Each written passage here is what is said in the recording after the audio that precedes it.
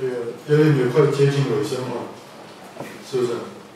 我们今天这个已经快到耶利米的结束了。那我不知道以后你们在这个聚会里面读了几次耶利米？这个速度是蛮快的，大概几次？记不记得？有2次、3次，有2、3次，我应该有，对不对？一周也就是不到10章。好，那所以我相信，这个前几周大家对耶利米书有一个基本的认识啊。那我今天还是稍微把这个耶利米的一些基本的点啊来提一下。就耶利米这个先知，他处在一个时代是很特别的，就是在圣经里面说到这个众申言者，这个一般来说是用这个被掳前还有被掳后做一个时间的界定。比方说以赛亚，他是很典型，是被掳前的先知，对不对？那在他的这个申言者书里面，可以说是非常非常完整全面的把这个要来的弥赛亚，就是基督啊，这个启示给我们。那到了这个耶利米呢，他是圣经里面少有，就是旧约时代少有的一个，在这个时间点上最尴尬的一位申言者，就是什么？他是在处于被掳前到被掳后中间，不前不后不上不下，清不清楚？就是他大概差不多这个时间点，是处在几乎以色列人差不多就要被掳，所以这个刚刚这个读这个耶利米就知道耶利米的话都是非常特别，对不对？哪有2国打仗，这个一个申言者竟然劝他们赶快投降，对不对？所以你就知道他非常尴尬。那他劝这个神的百姓赶快投降，意思是什么？他知道神的手，他知道神要做的是什么，对不对？所以他就领会一件事，就是说我们不能在那里做一件事，是似乎是为神做，却是与神所要做的事是抗拒，对不对？比方说这个以色列人跟列国在那里征战，这个照着神的百姓该有的这个思维我们是神的百姓，我们当然要打仗打到底，对不对呢？似乎是为神做。但是耶利米呢，他是一个神的申言者，他知道神这个要伸手来借着列国管制他的百姓，所以他就在那里非常忠诚的来向神的百姓说了一些他们难以理解而且非常不中听的话，意思就是说你们投降，你们叫他们投降。所以呢，他就成为一个非常特别的先知。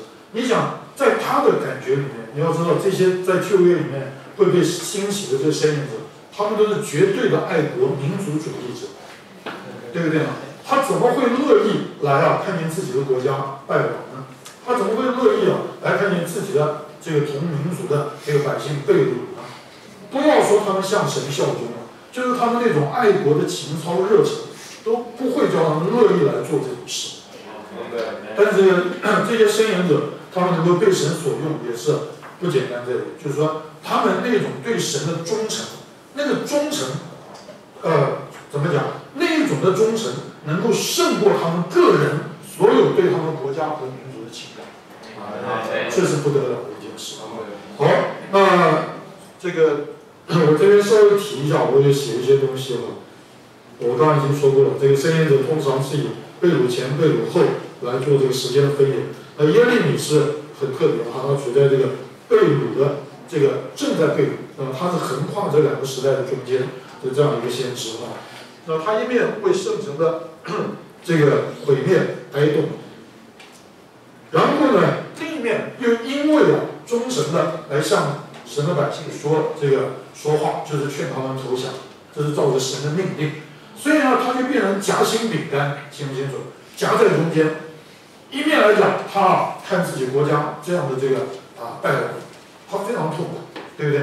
另一面呢，他必须向神忠诚，来说那样一个他的百姓不愿意听的话。所以这个当时他就被人视为是一个什么？是这个通敌的人，用我们今天话来讲，是汉奸对不对？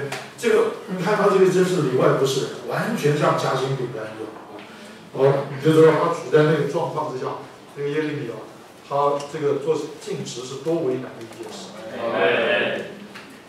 那因此呢，在圣经里面称耶利米这个尼托生留这个在他的读经提要里面，圣经提要里面讲过，这个历代的这个解经家就特别称耶利米是流泪的先知，你如果把这个耶利米诗读完之后，你会发现它是很特别，对不对？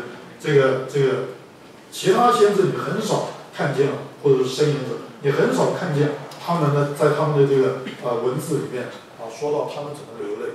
但是这个申言者耶利米，他是一个满了眼泪的先知。我这次为了来跟你们这个讲，这个思想是我以前从来没有去思考过，或者能有这样的思想过。这次因为要跟你们来教东西，所以我自己再去花点功夫读。这个有一点这里面忽然就有点这个思想很特别啊。这个耶利米这样一个处于时代的转类，就是神的百姓要被掳的这个过程中，他来做一个两面不是人的申言者。那真有点像今天主恢复的存在。你看没？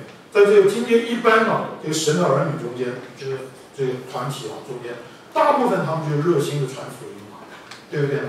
这个你很少看见他们彼此之间会有什么难以相容的情形。反正大家就是一起传福音对不对？然后传完福音之后，后面我先不讲了。那主的恢复是多年。直到现在，差不多还是这样，非常不容于基督教，这是很特别，懂吗？在主的恢复直到今天还是这样，非常不见容于基督教。为什么？因为你若是对李弟兄或李弟兄开始到李弟兄他们的指示、他们的信息深入，你就看见他们的信息不是只是一直的所谓传福音带人得救，他们的信息也不只是一直的释放生命成全圣徒。他们在信息里面还有非常多的部分，你若是从表面来看似乎有很多的部分是攻击基督教。这是这个主的恢复最尴尬的一个地方，所以就有的人不属灵就是你看你们都是骂别人，你们都是说别人不对你们就是怎样，你们都是你们对。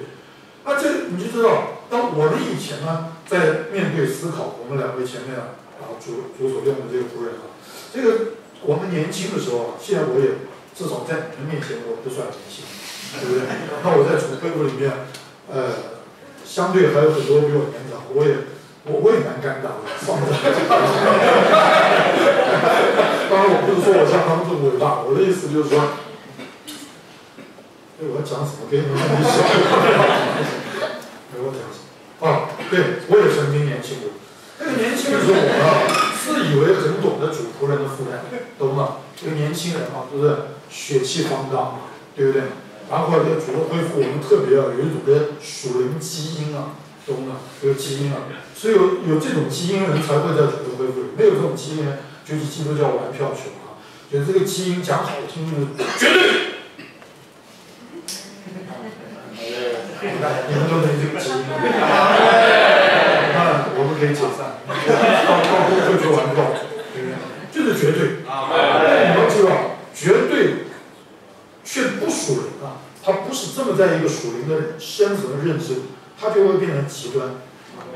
这是我做一点教会历史我就懂。那个你要知道，主的恢复不是从我们中间开始，最晚马丁路德开始。那事实上比马丁路德还早，已经有主的恢复存在。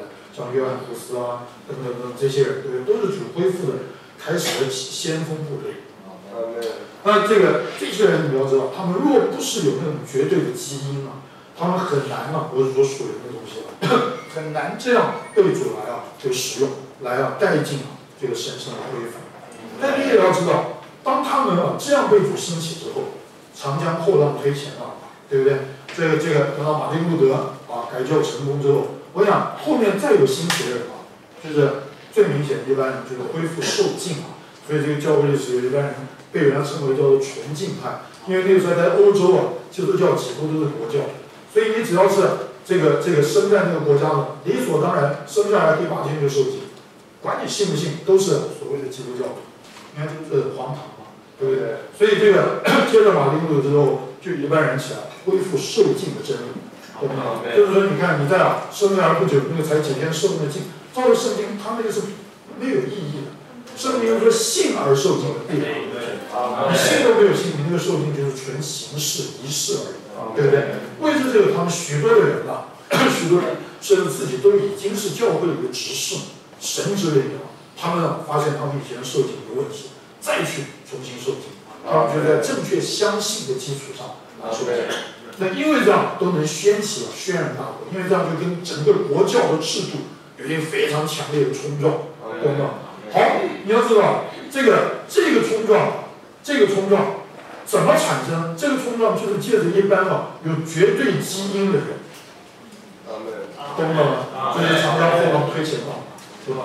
那你看，好，这个冲撞就造成这帮人跟原来跟随马丁路德绝对忠诚于马丁路德的那帮人产生冲突，清楚吗？因为马丁路德他恢复就是所谓因信称义，但是呢，这个等到重新发展起来，就更往前了。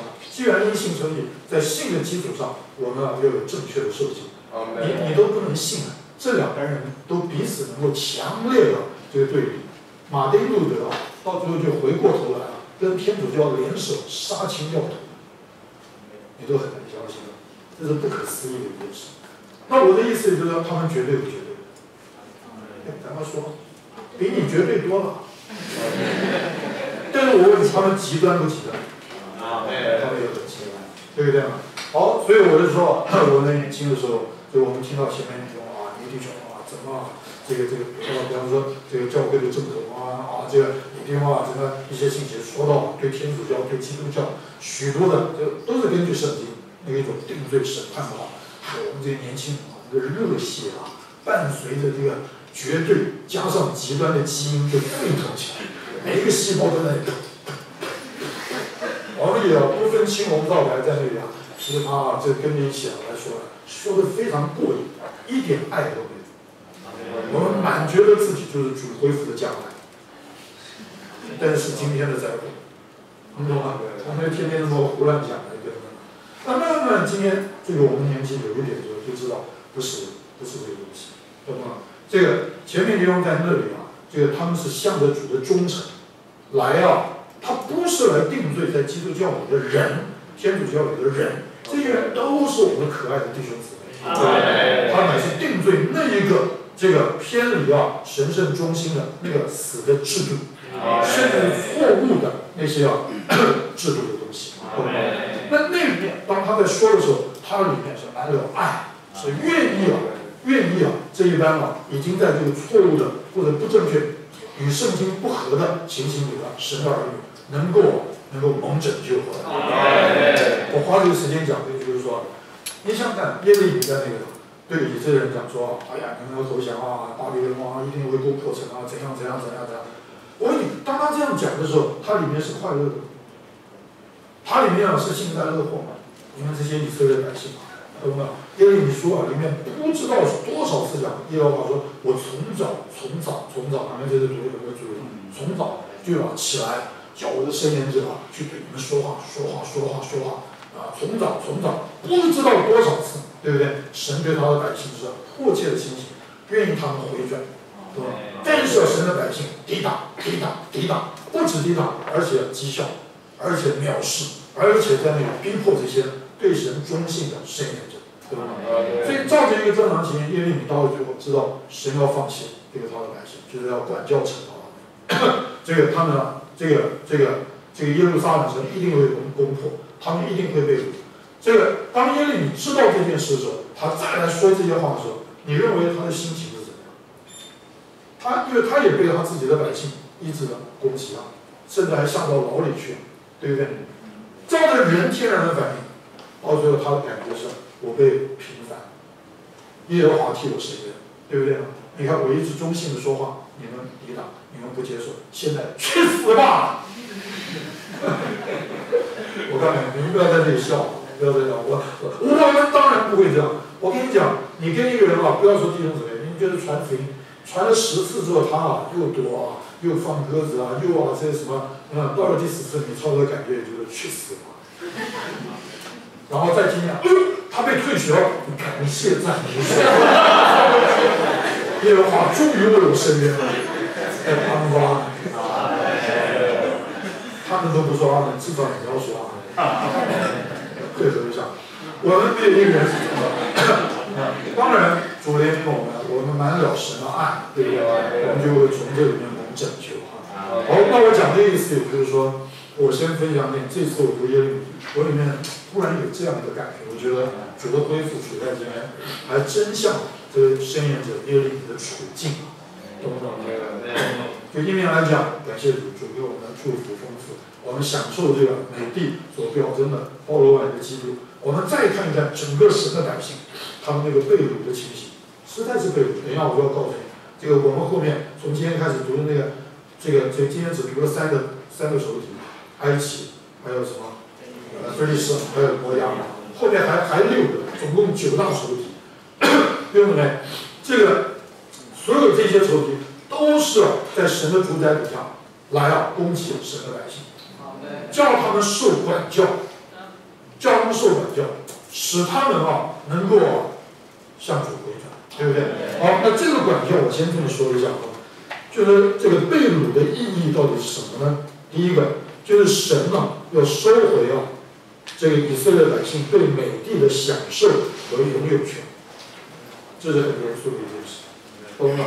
这就是包罗万有的基督嘛，对不对？这个你在那里你得救，你得着包罗万有的基督，可是你不珍赏它。你不珍惜它，对不对？不但不珍惜它，你仍然在那里过这个属世的生活，仍然像属世的人一样，对不对？在那里追求属世的事，那神就要做一件事，把美地的享受和这个拥有权收回来。收回来不是要报复，收回来乃是为了管教，听不听啊？收回来乃是为了管教。好，那第二呢，就是他们。很特别，这也是读耶利米书，这次我特别读的时候摸着，就是他们，你看，这个他们被打败之后，并没有成为难民。你看，比方像这次这个叙利亚，对不对？这个难民潮嘛，这个那个伊斯兰国，对不对？把他们打得落花流水，从来没有想到要去救他们，对不对？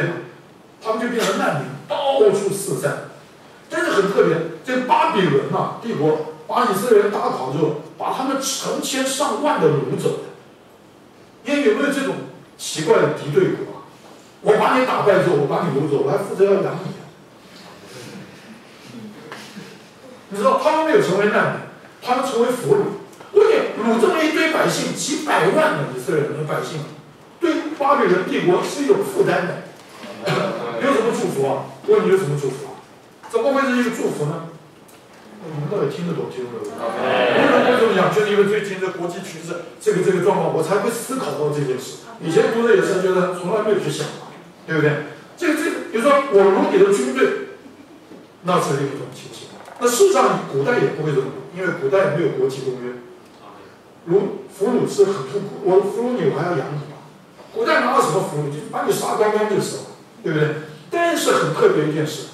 这个巴比伦他们把以色列人打败之后，把这个国家亡了之后，他们把几百万的这个百姓掳到巴比伦帝国去。是不是巴比伦地太大，人民太少是不是巴比伦这个没事干粮食太多了，成为灾难，让老鼠吃，那不如我很有钱。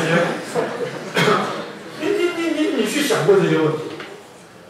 那第二更不可思议的，后面到了波斯王古列兴起的时候，古列根本就是一个外邦王，怎么会要释放以色列人？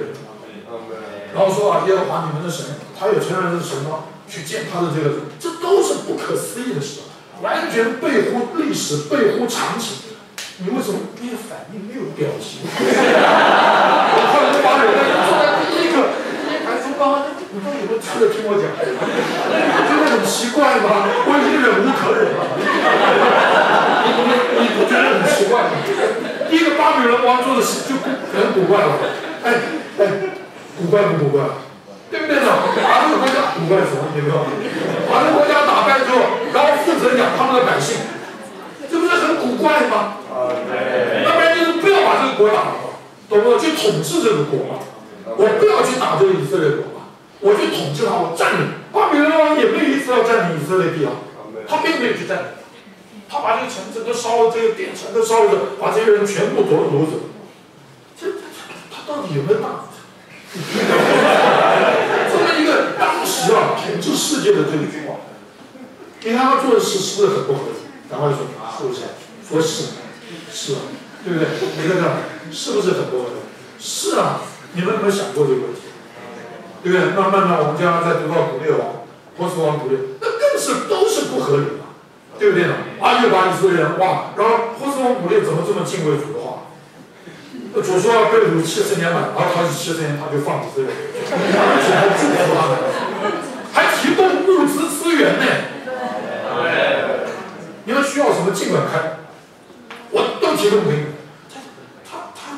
他是不是比尔盖茨啊？这钱多的发疯了，所以说慈善事业啊，你看这些事是不是很不合理？是不是？我告诉你，是啊，本来就是你笑的。奇怪，我为什么那么点？你们好，可以拿进去。我为什么那么点呢？就是给你看见，以色列人他所有所遇到的一切事，都是在神的主宰底下。对不对呢？真像启示录讲，我们的主他是世上所有君王的元首。我在说嘛，今天以色列为什么这个英国、美国要帮他复国呢？这个不可思议嘛！你懂吗？他们帮以色列在那里复国有什么好处？只有让中东更别人火药苦。中东如果没有以色列存在，都是阿拉伯联合大公国，也不会今天这么复杂，懂吗？但是2次大战之后，两个最大的强国，这种兄弟之邦，英国、美国联合，这不可思议的，帮着以色列国来复。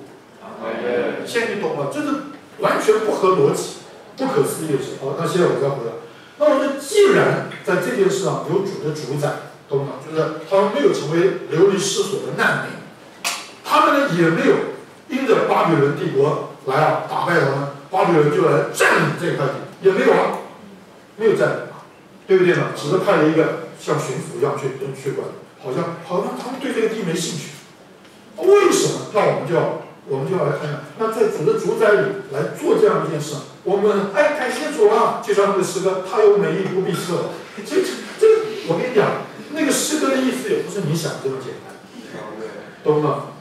那个诗歌意思，他有美意不必测，就是我们太复杂，我们有的时候太复杂，主啊，来给我们这个环境，我们不服嘛，我们就用自己的理解去解释，然后去推翻，然后去对抗，所以那个诗歌才说他有美。不要测，对不对？懂吗？但是另一面来讲，这个我们要懂为什么主在他的主宰里面兴起当时最强大的帝国，在他的百姓上做这么不合理的事。下面我就讲了，第一个，这第一，刚刚讲过第一他要收回他们对美地的享受与拥有权好，然后第二呢，他们并没有成为难民流离失所。乃是成了俘虏然后原因是什么呢？我看看是原因就是这里面小一，就是你要知道，以色列人被掳是因为他们跟随列邦拜偶像，听见没有？所以整个的美地完全被偶像所污染，对不对？你去读这些声音者的话，你知道多可怕！那整个以色列地，他说大小山冈、青翠树下，他说都是偶像。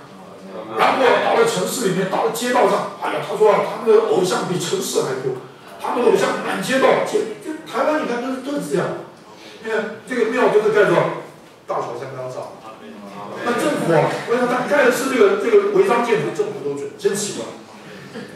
我们这个原什么寺？原差寺我不要讲在寿山上，那根本是一个庞大的违章建筑，但是政府不敢动。你看是不是很不合理？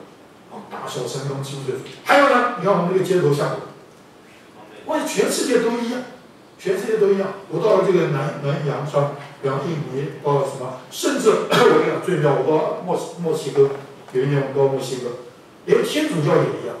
对吧？没事，这个街头路口就摆一个圣母玛利亚，再一个转角又摆一个耶稣像，再一个转角也是这样因为这个拜偶像的人基因也是一样这都是一样，他们这个好像是逻辑都一样好，所以你要知道，美地那个时候，整个被神的百姓完全因着拜偶像污染掉。为了这个，神必须把以色列百姓从那个地上拔走，然后来清理这个被污染的美地。这样清楚吗？还有呢，让这个因着被污染而遭受咒诅的美地，懂吗？这个咒诅什么？神就进来审判，然后哇，整个这个美地就是满了战乱，对不对？使这个美地能够得着休养生息。说它实在是一个美地，但是现在第一个被列邦的风俗污染，对不对？第二，因着神的审判，它也整个就被败坏了。你看，一个城市如果打过仗之后，或者一个土地打过仗之后，那个完全是焦土，对不对？它需要有一种的休养生息。像比方说921地震之后，这个中横不是就封山吗？我们以前我们最爱带学生就是走中横，从古关到这个骊山，很美的一段。现在封山不能开，为什么？因为921地震之后，整个的里面完全就都毁坏掉，所以它需要很足够的年日，让那个地方得着一个休养生息，得着一种的恢复。好，那这是这个 A 小点啊，你们跟得上跟不上？第一个就是要让这个被污染的美地能够被清理。第二呢，同样是第一里面啊，然后也让这个被咒诅遭审判的美地得着休养生息。那这是第一。第二呢，就是让这个以色列人被掳，清不清楚？使他们能够生存下去。第一个，以色列人没有都被杀，他们也被很多被杀，但是还有几百万人被掳，懂吗？被掳，第一个，如果他们是难民，大概很难活。连今天这么进步文明的社会，你看这个叙利亚这些难民死多少啊，对不对？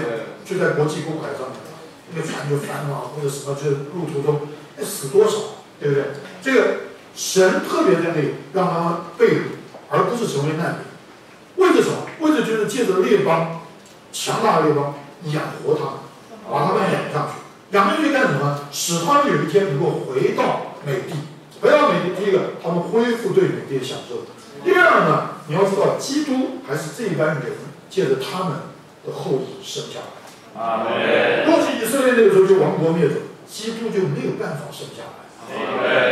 你看严重不严重？好，那我这边讲讲，时间又是用了很多的话。那我今天就来说一下，在以色列9种的仇敌里面头3种，我们今天读到头3种，对不对？那这个第一个就是埃及，第二个就是非利士，第三是摩押，对不对？这3种仇敌对我们会有什么影响，以及我们该怎么从这3种仇敌的影响里面蒙拯救？先清楚。好，第一个埃及对，我为什么这么讲？因为这里有一个注解他这个注解讲得很清楚。他说46章到51章所论的列国，预表世界9个不同的方面。说世界跟我们什么关系？我们今天与世界很有关系。谁说的？我们与世界很有关的，对不对？我说，正如神旧约的选民以色列与列国有牵连，神新约的选民教会也与世界有许多方面的牵连。这就是就是这一面来讲，埃及在哪里？埃及就在你里面，就在你堕落的血轮里面。非利士人在哪里？就在你堕落的血轮里面，对不对？还有这个第3个，这个摩押在哪里？摩押就在你堕落的血轮里面，清不清楚呢？好，第一个埃及我们已经说过，就是刚才注解讲，就是表征这个谋生与享乐的世界。这是注解里讲的，对不对呢？好，那第二呢，非利士呢，表征简单说就是宗教的世界。宗教，非利士人他们这个离神的百姓很近，他们也愿意来做敬拜神的事，可是呢，他们却用属世的方法、混杂的方法来做这件事，所以他就变宗教。好，那第3呢，就是摩押摩押这里讲说，这个它表征肉体情欲的世界等等那这些都是注解里的话，我愿意在应用上来跟弟兄姊妹有点分享，特别对今天我们的青年弟兄姊妹，就是在享受美地的事上，你要提防有3个，头3个仇敌。第一个仇敌是什么？就是埃及所表征的享乐。弟兄姊妹，身为年轻弟兄姊妹，大家诚实的说，你爱不爱享乐？那你说不爱，那你一定有病，再不然就是你说谎。这年轻人的共共同的特征啊。那刘刘你爱不爱？我曾经爱。那随着年龄啊，现在那种兴趣就越来越不是这么大，懂吗？没有那个劲头。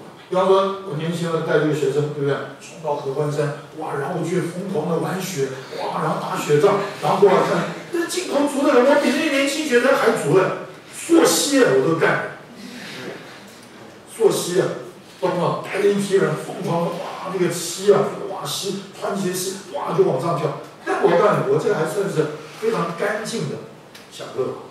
那你们现在就很不简单了，这种啊，哪里过瘾呢？你们现在那个花样我看很肮脏，你们不知道是什么东西。好，弟兄们，爱不爱享乐？爱不爱享乐？爱享乐，对不对？好，这是连于爱一起。好，那第二呢，就是这个什么非利士，对不对呢？非利士的特点就是什么？就是讲求速效。就刚刚你们已经说了，非利士人在撒母耳记的时候，他们把以色列人的约柜掳去之后，对不对？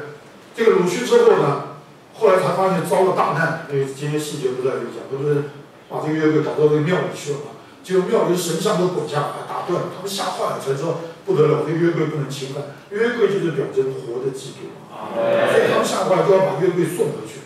你要知道，在神的命令里面，约柜是要用人手直接来扛抬，神不用最新科技来扛抬约柜，懂不懂？但是非利士人呢，他们也要把约柜送回去，他们就人扛太慢，人扛也太累了，他们就用牛车。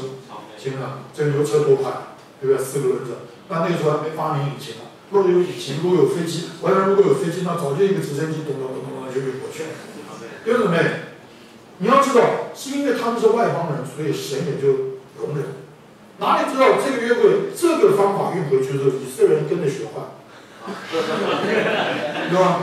这大卫嘛，他不是去迎接约柜到大卫城吗？你要知道，就是用牛车。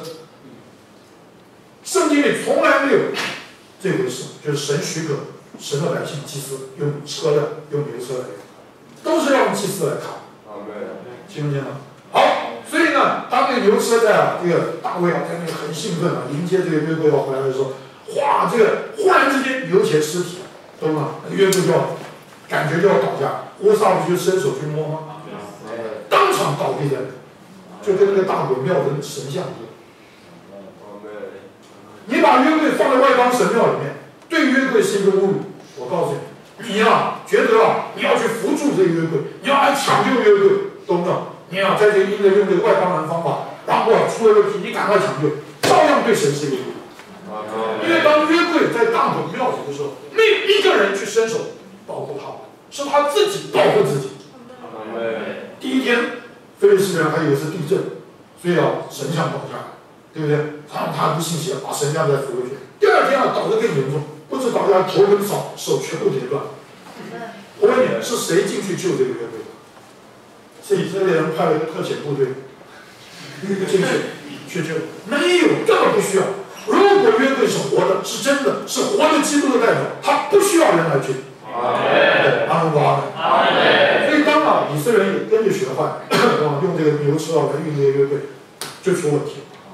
成尸体，对不对？受了惊吓，哇！约柜似乎好像在倒下。我想你变在，你已经得罪神，对不对？所以这个乌撒伸手，立刻被击伤倒在那。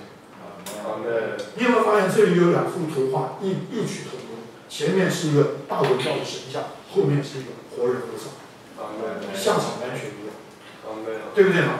好，那里他们才有一种的领会，我们要做神的百姓，侍奉神。神所要的是生命的原则，神不在乎速效，懂不懂速效？这是今天你们青年人第二个，你们贪求速效。第一个，年轻人贪求享乐；第二个，年轻人贪求速效，对不对？贪求速效，这个因为贪求速效，所以衍生我们今天就把世界一个东西常常带来，就是创意。有的时候我也听弟兄姊妹会，哎呦，你好有创意。创意这个词，请你千万不要用在属灵的事上。神所发明的都已经是最好到这一天了。所有你在那里去想一想，所搞出来的创意，差不多都是带着世界的。你很聪明啊，你为什么这么聪明？速效啊，要速效啊，对不对呢？弟兄姊妹，那个速效，那是很大的一个时代。我们怎么做？但弟兄姊妹，你要知道，我们要照着圣经的原则，它也是有它的效果，对不对？神并不是说它就没有效果，但你绝对不要为了求速效就不择手段，结果我们就有所谓的创意，对不对？不知不觉就把世界带到什么时候？今天整个的基督教完全就是在这里面。那主的恢复你要小心啊！我们一不小心不知不觉也很容易就会掉到这个陷阱。你要知道，这是连的，因为你爱玩乐，所以世界的花样你都很懂，对不对？我们怎么把一个世界的花样一调到我们的服饰里？你看，不是人来的更多吗？哎，不是啊，来聚会的就更多吗？而不是就怎么就更快了，对不对嘛？你看，这是相连的。那包括你们的追求，听懂没？这个追求也是一样，在生命的长大上没有速效，没有速效。我有的时候觉得现在主的恢复，这个比较长一点的弟兄，对你们这个太宽容，太宽容啊，就会造成我们年轻一辈产生一个错觉，懂吗？什么错觉呢？就是好像以前先生先贤，他们要追求生命长进，需要认罪。我们今天认罪这个东西太老了吧？什么时代还讲认罪？好，感谢主，主的恢复多少要讲这个东西。那我们先生先贤，你看他们以前在学的一样读书，一样考试，不是不考，他们也在读书。但是呢，早年你看我们前面这些，今天我们服侍我们，他们一个祷告很少没有半小时1小时，不是全时间哦，还不是全时间哦。那今天我们，那我真是想问问，你们每一天有半小时1小时祷告吗？你也不要举手，我都不敢叫你们举手。这稍微有这么一天，你懂吗？早上哇早起了，对不对？没有吃饭，懂吗？然后去祷告，平常你也不吃饭，但是那天没有吃饭，然后心情不好就去祷告，马上主日大做见证，唯恐全天让我知道。我今天早上禁食祷告1个小时，跟这个脸皮厚不厚？那这跟你住在一起一个弟兄或姊妹，就是你不是天天都在早上禁食吗？我从来没看你吃过早饭，你都是早午餐一起吃的，对不对？好，还有一个对主的话的熟悉，对主的话熟悉。我大概每次见你们，我都会多少提炼，对吧？你看你们那个圣经，哇，放回书房的这个书架上都还可以再卖。对不起啊，这个其实。哎，我们那个讲读书校，但现在读经很方便，我们拿这个 PDA， 哗，对不对？划2下觉得头晕目眩，有点没意思了，就是去看别的东西去，对不对？上网或者什么。因为我可以告诉你，这种读经，你永远不可能从圣经里得真东西，不可能，你这是做梦，没有可能，这是太方便了，随身带，你拿出来，对不对？但我问你，你能画什么重点呢？你能记什么心得呢？哎，王光，这是不可能的事情。书报也是这样，对不对？好，我不愿意再多说，我没有时间，我让居居你应该知道，对不对？属灵的事没有速效。你跟我讲说，一个人要被主成为执事，我记得不错的话，他就讲说，大概要70年，也就是说你到70岁，要被主成一个执事，懂吗？就是说，所以他讲的启示要加上苦难，然后把你构成为执事。他不可能越过这个路。一个孩子也是一样，对不对？你看这个孩子，像现在我们常说早熟，现在健康也、营养也比以前好，对不对？这什么各个方面资讯都非常发达。但是你绝对不可能一个孩子再怎么快速所谓的早熟，也不可能10岁的孩子他就变成像一个30岁的一个成年人，不可能的事情。这是神定的生命的律，对不对呢？所以现在他们那个早熟那个早熟都是狡猾，变得狡猾，他知道怎么骗，他知道怎么做假，对不对？那不是早熟，那是败坏，对不对？他不可能越过生命的律。我问你，再早熟，一个人能10岁就结婚吗？能5岁就结婚吗？最好一生下来就结婚，这不是最早熟的吗？这是不可能的事情。对，好，那这是第二个就是速效。第三呢，就是摩押，讲到什么？安逸，安逸。这个讲呢，摩押自幼年以来，常常这个11节常享安逸。弟兄姊妹，年轻人啊，不会安于现状，但是在追求主的事上，我们却常常喜欢安逸，对不对？这都是我们今天在享受基督的事上严重的敌人。我再说一下这3个东西：第一个，享乐；第二个是速效，对不对？第三，安逸，对不对？速效就叫你留于安逸。我能更快的把这件事做完，我为什么花这么多时间？我能更速效的把这件事做完，我干嘛还要这么用力呢？对不对？所以第三就是安逸。好，但是弟兄姊妹，你看在这里他就怎么对付这3种人呢？第46章，我们来读一下第11节。首先对埃及，我们读一下这一节。11节一起读。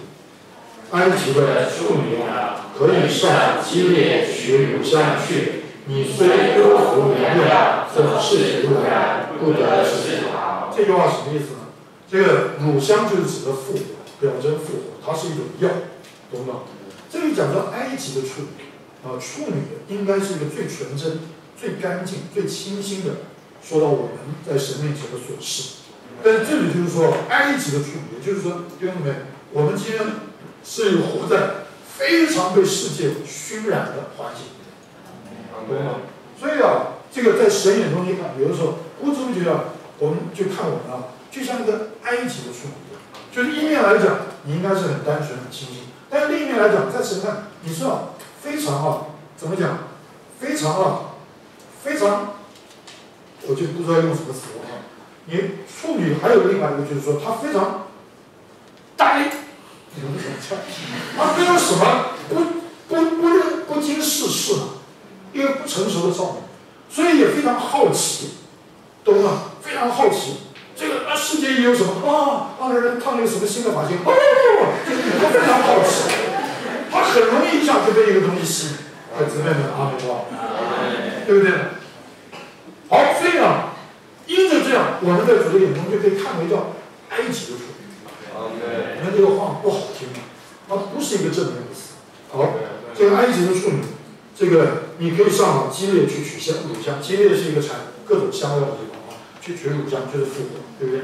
你看弟兄姊妹，一面来讲，我们也愿意追求主，但是到了散会，我们去逛那个叫什么夜市？现在金钻夜市，是不是有这么一个夜市？我们就去，对不对？一去之后，鸡排吃一吃然后蛋挞吃一吃，当然，我想刚刚所有聚会里面这所得的真理全部死光了。全部死光了怎么办呢？到基列去取香料，取乳香，换掉就是等下周聚会，或者等下次特会，再等下次还有好又来了这个复活，还有那赞美主，然后完了以后，现在不是金钻，还有另外一个什么，我实在不知道什么那个不是有一个那什么摩天轮是不是有一个摩天轮？我们去埃及的处女，完了以后，但是所有刚刚特会都全部又落光，那怎么办呢？回到这再等下次的特会，我又去基列取香料，对不对？复活在我们身上的经历可以有2面，你要正确的来取用复活，它是为着你的生命和生命的长大。